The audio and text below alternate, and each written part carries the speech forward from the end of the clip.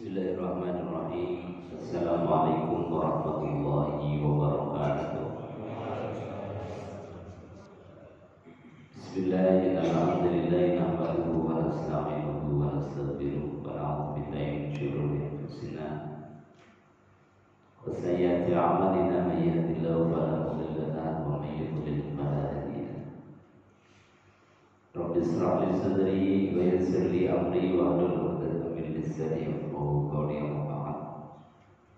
Qala Allah ta'ala fi kitabil karim wa huwa asdaqul qailin. A'udzu billahi samil 'alim minasyaitonir rajim. Bismillahirrahmanirrahim. Ya ayyuhalladzina amanu taqullaha haqqa tuqatih wa la tamutunna illa wa antum muslimun. Shadaqallahul 'azim wa shadaqa rasuluhul karim wa nahnu 'ala dzalika minasyahidin. Alhamdulillahi rabbil alamin. Bapak Ibu hadirin jemaah salat subuh dan kajian subuh yang dimuliakan Allah. Alhamdulillah kita bisa berkumpul kembali, ketemu kembali di tempat yang mulia. Ditakdir oleh Allah Subhanahu wa taala untuk menikmati kenikmatan terindah. Hal yang paling nikmat itu adalah as-salat. Bahkan salat itu lebih nikmat dibandingkan surga itu sendiri.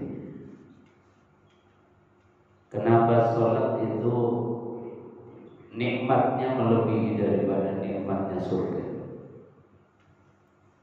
Karena kenikmatan tertinggi nanti di surga itu adalah wujuhu yawma idzin nadhirah ila rabbiha nadhirah. Di surga itu nikmatannya macam-macam, ada bidadari, ada makan enak, semua tersedia dengan lengkap, tidak kurang suatu apapun. Bahkan yang terbersih di dalam hati langsung tercipta oleh Allah Subhanahu wa ta'ala. Tapi itu tidak ada apa-apanya ketika sudah wujuhu yawma idzin nadhirah, sudah kita melihat wajah Allah Subhanahu wa ta'ala, zatnya Allah Subhanahu wa ta'ala. Nikmatnya surga itu sudah enggak terasa lagi, sudah enggak ngefek lagi. Dan itulah nikmat tertinggi. Jadi kalau sudah kita mendapatkan nikmat tertinggi, nikmat yang ecek-ecek itu sudah enggak kepikir lagi. Saya sering gambarkan dan digambarkan di dalam Al-Quran, ketika orang itu sudah mendapatkan nikmat tertinggi, bahkan dalam keadaan dia itu tersakiti tidak terasa. Ketika cerita Yusuf dan Zulaikha. Zulaikha itu seorang istri dari pembesar yang kesengsem dengan berondong. Berondongnya namanya Nabi Yusuf. Ketika itu Zulaikha dibully oleh ibu-ibu sosialita zaman itu. Akhirnya apa? Zulaikha yang cerdas, pintar, akhirnya dikumpulkan ibu-ibu itu, dikasih makan enak, buah-buahan, semuanya tersedia. Kemudian Yusuf disuruh untuk nyambangi mereka, menemui mereka. Dikala mereka sedang asik memakan makanan yang disediakan oleh Zulaikha, Yusuf datang. Mereka terperang. Kalau bahasa kitanya mereka ngobok, doblok. Sampai tangannya teriris-iris gak terasa. Sampai tangannya berdarah-darah gak terasa. Kenapa? Karena mereka sedang melihat, menikmati sosok yang luar biasa. Ini baru makhluk yang namanya Yusuf. Kenikmatannya makan sudah gak dihiraukan lagi, buah-buahan yang segar gak dihiraukan lagi. Bahkan mereka tangannya terpotong, teriris-iris, gak terasa. Karena apa? Sedang melihat, asik dengan yang ada di pandangannya.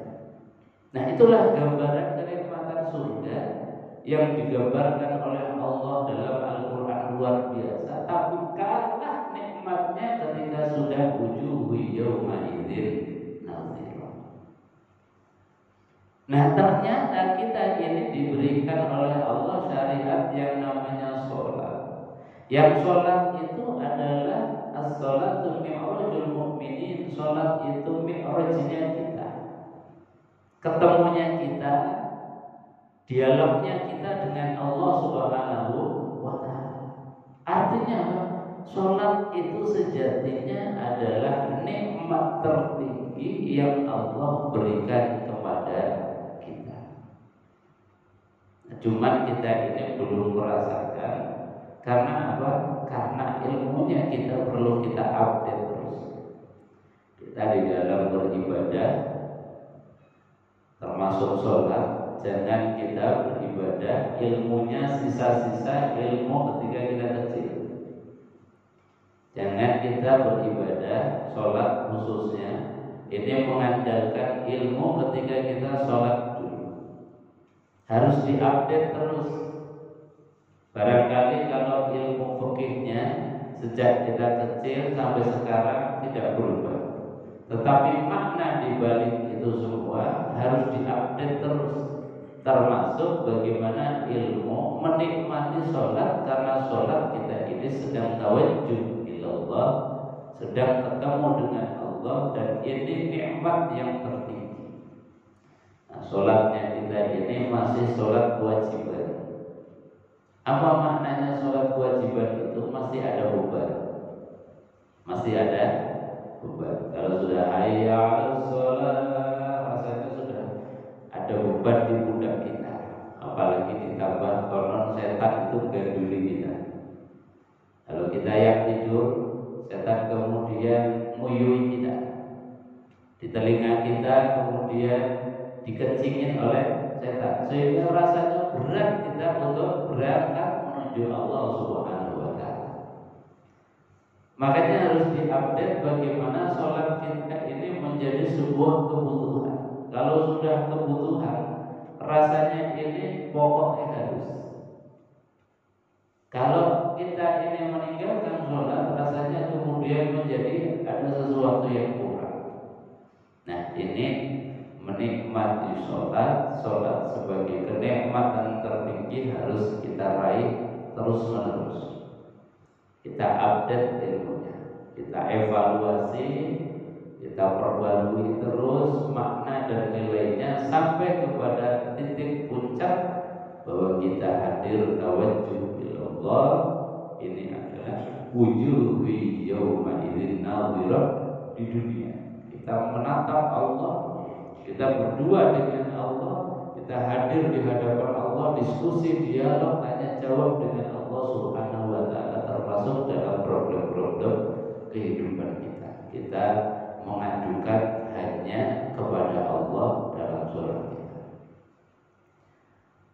Kita membaca surat Al-Fatihah dengan mengucapkan Alhamdulillahi Rabbil Alamin, hamadani abdi. Oh, hambaku ini lagi memuji aku. Itu dialog terus. Kalimat-kalimat dalam sholat itu adalah dialognya kita dengan Allah. Ketika kita mengucapkan Alhamdulillah, segala puji bagi Allah, Allah mengatakan, oh hambaku ini lagi memuji aku. Senang Allah Subhanahu wa ta'ala.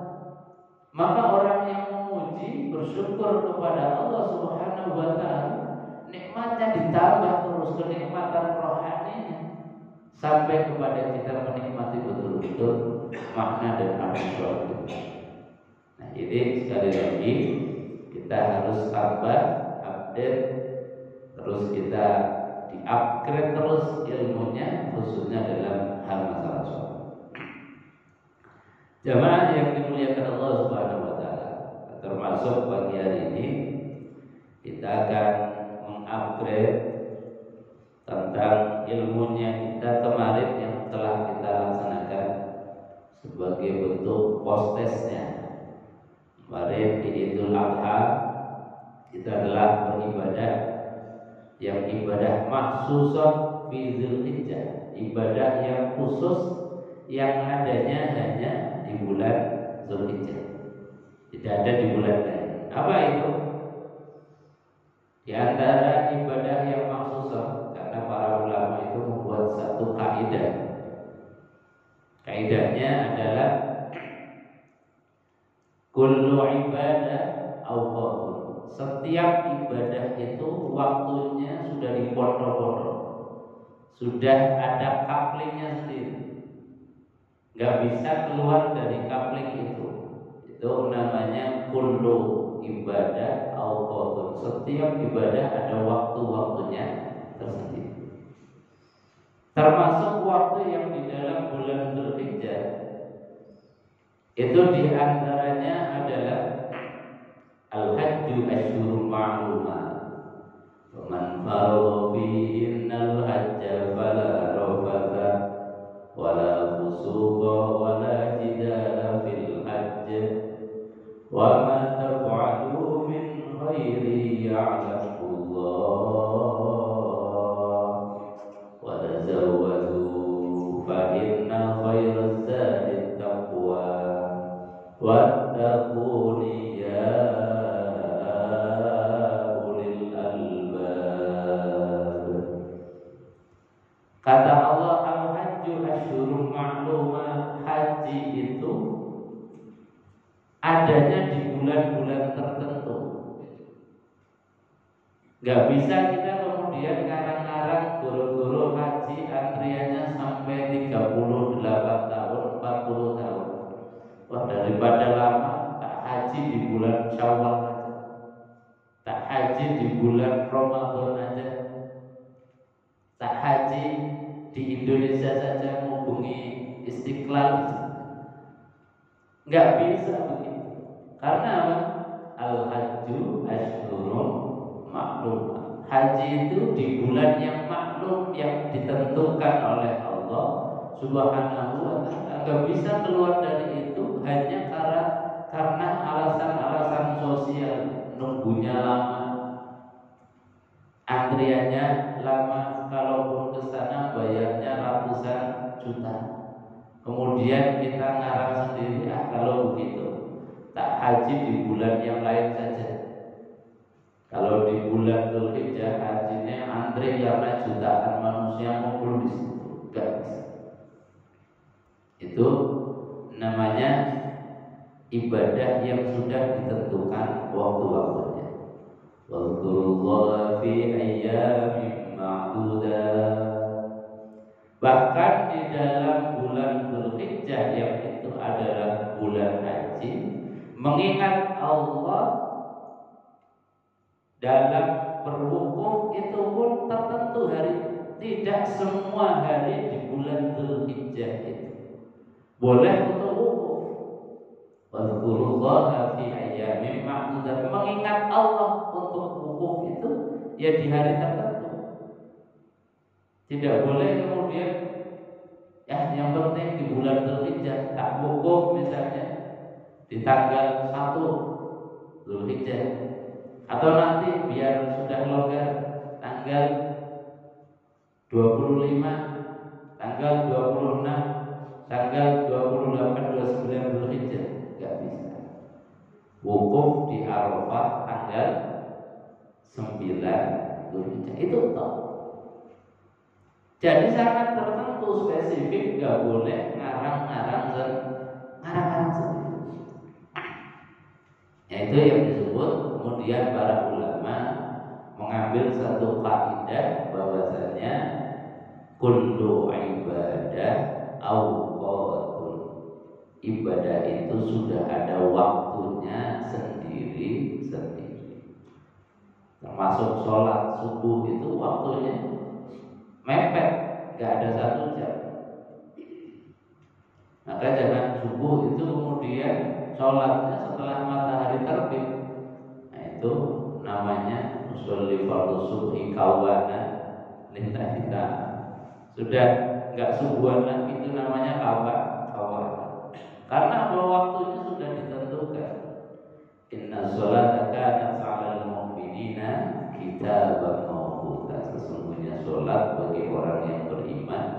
Itu adalah kitaban mawquta. Kitaban itu artinya satu kewajiban yang tertulis yang waktunya sudah ditentukan oleh Allah Subhanahu wa taala. Jadi nggak boleh keluar dari koridor waktu.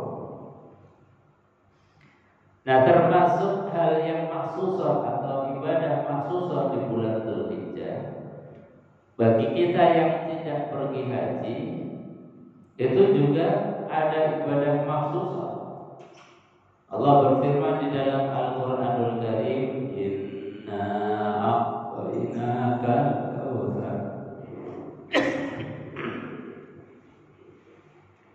fasholli li rabbika wanhar inna syani'aka huwal abtar." Kata Allah, "Inna a'tainaka", sesungguhnya aku telah memberimu wahai Muhammad apa yang telah diberikan Allah, Al-Kautsar. Al-Kautsar ini dalam makna tafsir disebutkan satu nikmatul katsir, nikmat yang sangat-sangat banyak.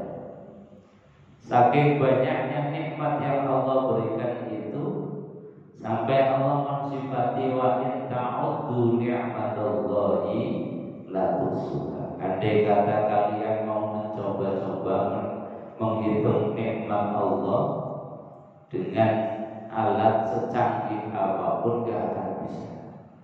Bahkan yang nempel di tubuh kita sendiri pun gak akan bisa. Satu item, misalnya rambut kita saja, coba dihitung. Nah, dengan rambutnya kita nggak pernah itu, saking banyaknya. Itu disebut sebagai Al-Kautsar, nikmatul katsir. Makna yang kedua Al-Kautsar itu adalah haudun Nabi sallallahu alaihi wasallam. Di surga nanti ada telaga, mata air khusus yang itu sertifikatnya milik baginda Rasulullah sallallahu alaihi wasallam. Haudun Nabi ini disifati oleh beliau, barang siapa yang meneguk air dari telaga Al-Kautsar, maka tidak akan pernah untuk haus selama-lamanya. Luar biasa. Mudah-mudahan kita termasuk orang yang diizinkan bisa meneguk air dari telaga Al-Kautsar. Amin Allahumma. Jadi Al-Kautsar itu nikmat yang banyak yang Allah berikan kepada baginda Rasulullah SAW dan juga diberikan kepada kita. Maka di antara konsekuensi barter dari Allah, Allah hanya minta dua hal. Fasholli li rabbika wanhar, maka sholatlah. Sholatlah karena Allah rindu terhadap kita. Jangan sampai kemudian kerinduan Allah bertepuk sebelah kanan. Bapak-bapak pasti tahu rasanya bertepuk sebelah kanan. Dulu ketika muda, lagi senang-senangnya sama seseorang, tahu-tahu dia nggak senang. Itu kata anak muda, sakitnya tuh di sini. Sakitnya di hati. Itu Allah Subhanahu wa taala rindunya kepada kita. Kok kita kemudian menyambutnya dengan aras-arasan? Cinta Allah bertepuk sebelah kanan, kerinduan Allah bertepuk sebelah kanan. Allah juga merasa sakit. Maka sebutlah kerinduan Allah ini dengan kita bergegas, wasari'u ila maghfiratin min rabbikum, bergegaslah untuk menggapai maghfirah, ampunan dari Allah Subhanahu wa taala. Jadi ada rasa sur'ah, bergegas.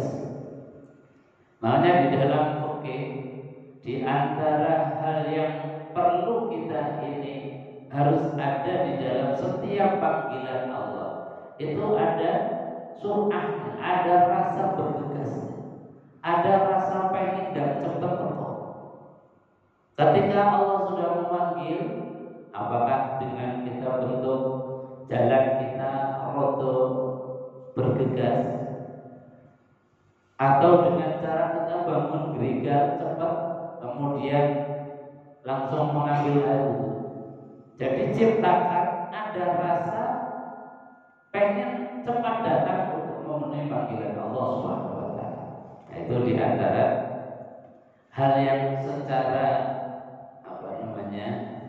hati harus dibangun terus-menerus. Jadi jangan kemudian idza qamu ila sholati qamu kusala.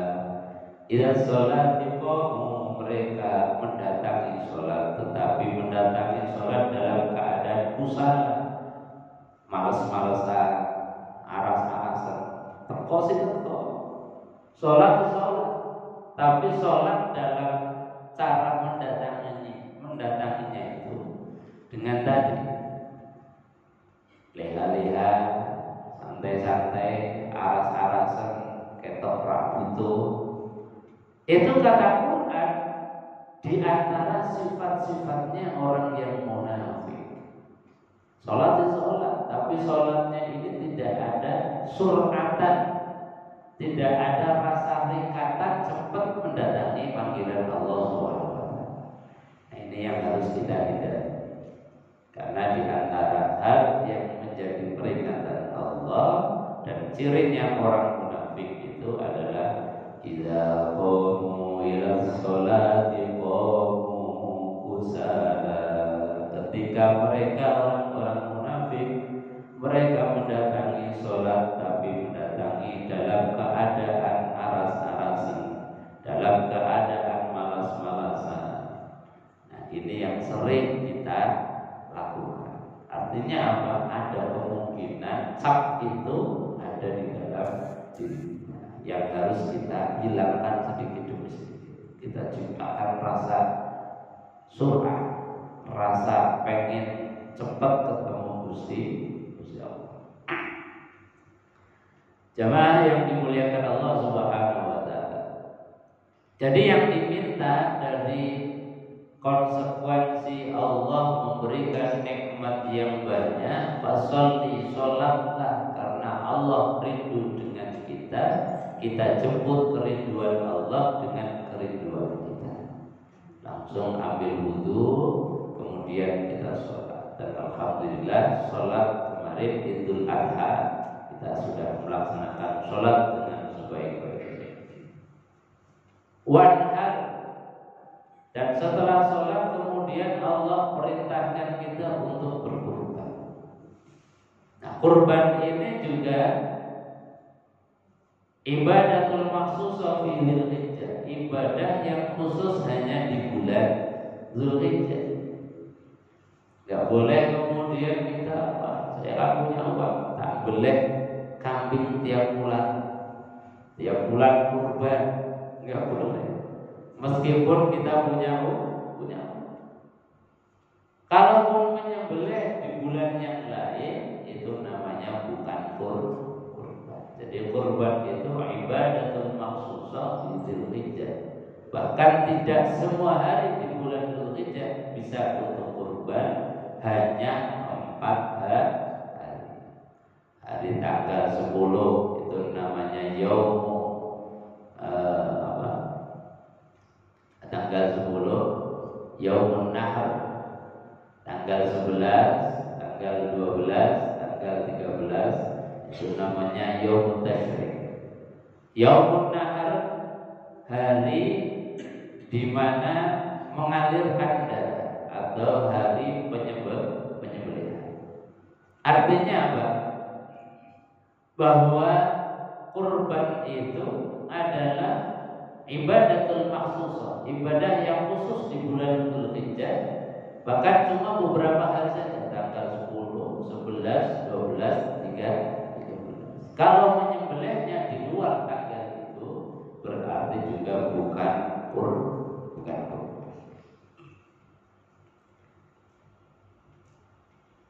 Itu yang diperintahkan Allah Subhanahu wa taala. Maka review kita terhadap apa yang telah kita lakukan, pelajaran apa yang harus kita petik di dalam satu momentum itu. Barangkali kisah Nabiullah Ibrahim alaihissalatu wassalam ketika beliau diperintahkan untuk berkurban. Awalnya Nabiullah Ibrahim alaihissalatu wassalam, wa idzib da'a Ibrahim rabbuhu bi kalimatin fatammahun. Wa idzib tala Ibrahim, dan ketika Nabiullah Ibrahim itu diuji bi kalimatin, dengan kalimat. Diuji dengan kalimat itu maksudnya gimana? Nabiullah Ibrahim itu dulu ketika belum punya anak, beliau itu kan suka berkurban, karena memang kurban itu ibadah yang sejak zaman dulu. Zaman Nabiullah Adam itu sudah ada. Anak-anaknya Nabiullah Adam juga diperintahkan untuk kurban. Nah, diceritakan di dalam Al-Quran, di antara sebab pertumpahan darah, saling membunuh antara anaknya Nabiullah Adam, itu ya gara-gara kurban. Fatuqbila min ahadihima wa lam yutaqabbal minal akhar. Fatuqbila min ahadihima, maka diterima salah satu dari kurbannya anak Adam. Walam yutaqabbal minal akhar, dan yang lain tidak diterima, ditolak oleh Allah Subhanahu wa taala. Yang ditolak kemudian cemburu, iri, dengki, akhirnya membunuh. Orang yang kurbannya ini diterima oleh Allah. Nah, ini sabku dima, pertumpahan darah yang pertama. Nah, kenapa pertanyaannya ada yang diterima, ada yang ditolak? Para ulama menjelaskan, yang diterima itu yang ibadahnya, kurbannya itu lillahi ta'ala. Nah, ini menjadi evaluasi kemarin. Ya Allah, kemarin kurban kok mergo gak enak karo toko ya. Ya Allah, kemarin kurban kok karena malu kalau gak kurban. Bukan lillahi ta'ala. Jangan-jangan kurbanku kemarin walau taqabbal minal akhar, istighfar. Jadi kurban dalam kesejarahan ya ada yang diterima, ada yang ditolak. Kenapa? Karena niat fondasi tidak didata dengan bagus. Yang kedua, karena satu kurban yang diterima itu kurban dengan kurban yang terbaik, yang ditolak itu kurban yang asal. Nah, ini sejarahnya kurban itu sejak dari Nabiullah Adam alaihissalam sudah. Maka zaman Nabiullah Ibrahim pun berkurban, dan kurbannya beliau itu gak sembarang, ribuan. Bahkan Nabiullah Ibrahim ketika belum punya anak itu pernah berucap, jangankan kambing tapi unta, andai kata Allah memerintahkan aku menyembelih anakku, tak lakoni. Ketika saat itu belum punya anak.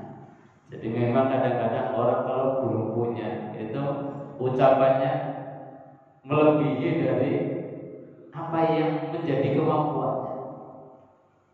Nah, setelah kemudian ditakdir betul baginda Nabiullah Ibrahim itu punya anak, ditagih oleh Allah. Allah kemudian perintahkan untuk berkurban. Diberikanlah wahyu melalui mimpi.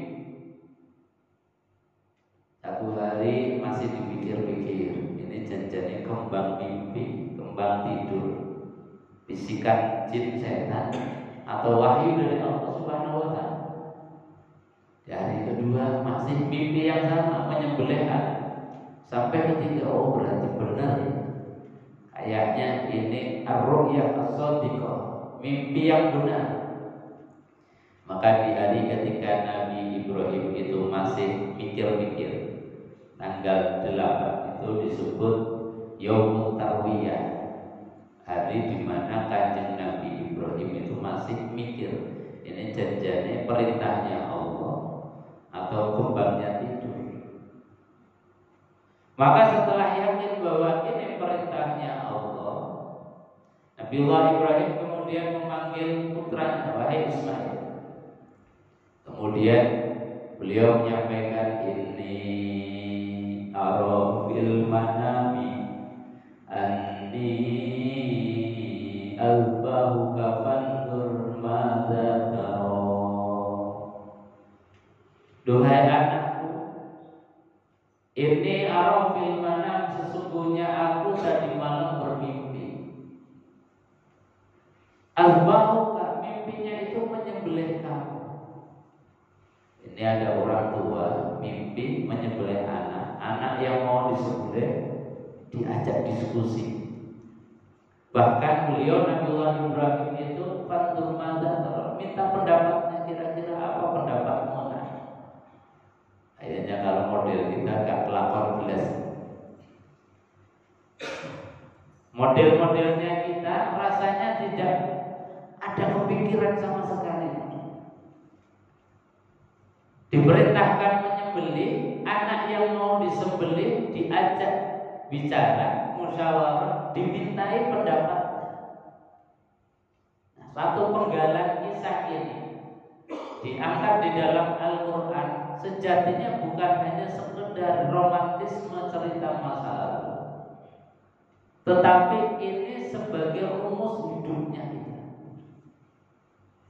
Ini sejatinya Allah kasih rumus, Allah kasih contoh yang konkret dalam polisi hidup kita. Seringkali kan kita, misalnya sebagai orang tua, ketika memerintahkan anak sholat, ketika memerintahkan anak perempuan kita untuk berhijab, itu seringkali modelnya top down. Perintah orang tua langsung kemudian memaksakan terhadap anak, tanpa adanya pendekatan dari hati ke hati, transfer nilai, transfer pemahaman, bahkan kemudian minta pendapatnya dari anak. Ini jarang sekali kita lakukan. Padahal kanjeng Nabi Ibrahim alaihissalam, andai kata beliau mendapatkan wahyu kemudian langsung ngajak Nabiullah Ibrahim langsung disembelih, enggak apa-apa, enggak disalahkan oleh Allah. Andai kata Nabi Ismail langsung disembelih ketika beliau baru mendapatkan wahyu, enggak apa-apa. Tapi ada kemungkinan efeknya kurang baik. Di antaranya mungkin anak yang ujug-ujug disembelih itu pasti dalam hati itu ada rasa marah terhadap orang tua, nggak tahu ujug-ujug disembelih. Pasti ada rasa dendam dalam hati anak terhadap orang tuanya sendiri. Nah, sama ketika kita mentransfer kebenaran, mengeksekusi sebuah kebenaran, meskipun yakin bahwa sholat itu benar, berhijab itu benar, tapi kadang-kadang eksekusinya kita terhadap anak yang kurang tepat. Makanya kadang ketika anak diperintahkan sholat, tidak jarang anak kemudian membantah. Mungkin ketika ada orang tua dia taat, tapi ketika tidak ada orang tua dia lengah, dia meninggalkan sholat. Anak putri kita ketika diperintahkan untuk hijab mungkin juga membantah ataupun nurut, tapi ketika tidak ada orang tua kemudian lepas hijab. Kenapa demikian? Barangkali ada pendekatan yang salah yang kita lakukan. Pendekatan ilmu, hati, dialog. Nah, kenapa kamu nggak sholat? Ada masalah apa? Nah, apakah kamu nggak kasihan terhadap orang tua? Nanti di akhirat dimintai pertanggungjawaban kalau kamu nggak sholat. Nah, kamu kalau nggak menutup hijab, nanti orang tuamu ini dimintai pertanggungjawaban oleh Allah Subhanahu Wa Taala. Apa engkau nggak kasihan? Nah, ini namanya pendekatan dari hati. Maka pendekatan yang dilakukan oleh Nabiullah Ibrahim alaihissalam dengan pendekatan yang sempurna, pendekatan hati. Apa jawaban dari Nabiullah Ibrahim? Jawaban keluar dari lubuk hati beliau. Ya abati fa'al ma tu'mar satajiduni insyaallahu minas sabirin. Andai kata Nabiullah Ibrahim itu langsung kek nyembelih Ismail, nggak ada kalimat ini. Kalimat ini ada karena apa? Eksekusinya Nabiullah Ibrahim dengan cara yang sangat bijaksana, sampai kemudian ada keluar kalimat bijaksana yang keluar dari lisan Nabiullah Ibrahim, Nabiullah Ismail. Ya abatifna, duhai abahku, duhai ayahku, if al-matu'mar, lakukan apa yang kau perintahkan, apa yang diperintahkan Allah kepada engkau, wahai abah. Satajiduni insyaallahu minas sabirin, maka engkau insyaallah akan mendapatiku termasuk hamba yang sabar. Coba kalimat dari anak yang mau disembelih, yang nyawanya sudah di ujung tanduk, masih mengatakan dengan kerelaan hati, ya abati fa'al ma tu'mar. Andai kata ini menjadi role modelnya kita, contoh model kita dalam polisi, dalam mengajarkan terhadap anak dengan modelnya Nabiullah Ibrahim, insya Allah anak-anak kita ke masjid bukan karena beban takut terhadap orang tua, tapi ke masjidnya itu dengan kerelaan. Anak putri kita memakai hijab kerudung bukan karena perintah dari orang tua, tapi dilaksanakan dari lubuk hati. Kalau ini yang terjadi, orang tua sudah tidak ada pun, anak masih mau rukuk dan sujud, anak masih mau menutup aurat. Jadi sekali lagi, romantisme cerita Nabiullah Ibrahim bukan sekedar cerita romantisme masa lalu, tetapi ini adalah satu role model. Ini adalah satu contoh yang konkret yang Allah berikan kepada kita. Mudah-mudahan ada manfaatnya. Sebelum ditutup, mungkin ada yang mau ditambahkan.